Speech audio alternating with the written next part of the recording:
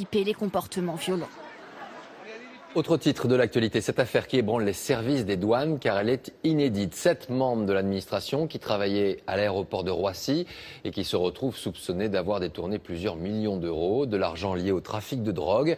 Ils ont été il y a un peu plus de 2 heures mis en examen. On va retrouver devant le tribunal de Bobigny Anne-Charlotte Iné. Anne-Charlotte, bonsoir. Quels sont concrètement les faits reprochés à ces 7 douaniers ?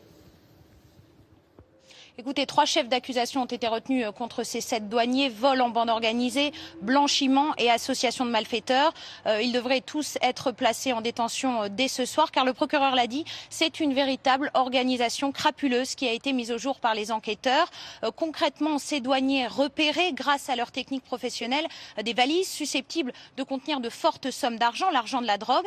Puis ces valises étaient récupérées discrètement et l'argent liquide partagé, plus de 5,5 millions d'euros ont été saisis cette semaine sur des comptes en Andorre notamment. Et peut-être le plus étonnant, c'est que ces vols se sont déroulés sur une très longue période, 10 ans même, me confiait un avocat tout à l'heure. En revanche, les enquêteurs ont établi que ces douaniers avaient agi pour leur propre compte. Écoutez, à ce sujet, la procureure de la République de Bobigny, elle tenait une conférence de presse tout à l'heure.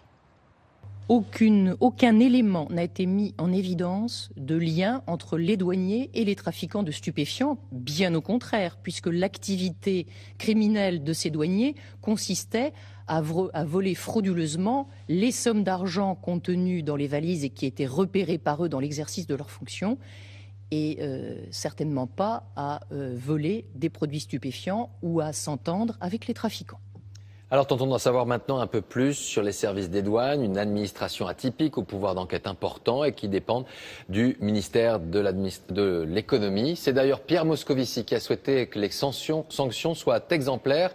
Si les faits étaient confirmés, les services des douanes décryptés par Manuel Tissier ce soir.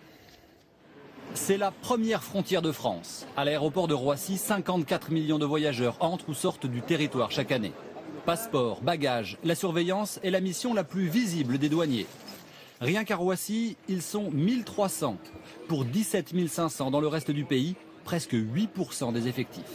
Un corps et une grenade. Depuis leur création en 1791, les douaniers ont un blason. Ni militaires ni policiers, ces fonctionnaires dépendent du ministère du Budget. Mais la perception des taxes n'est qu'une partie du métier. Animaux sauvages, parfois empaillés, chaussures contrefaites, la guerre à la contrebande et à la drogue mobilise des centaines d'agents. 2011, année record pour les stupéfiants.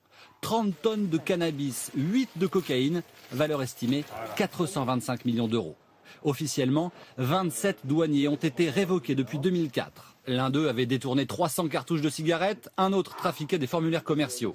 Mais l'affaire de Roissy serait la plus grave de l'histoire des douanes. Si les faits sont avérés, le ministère du Budget promet des sanctions exemplaires.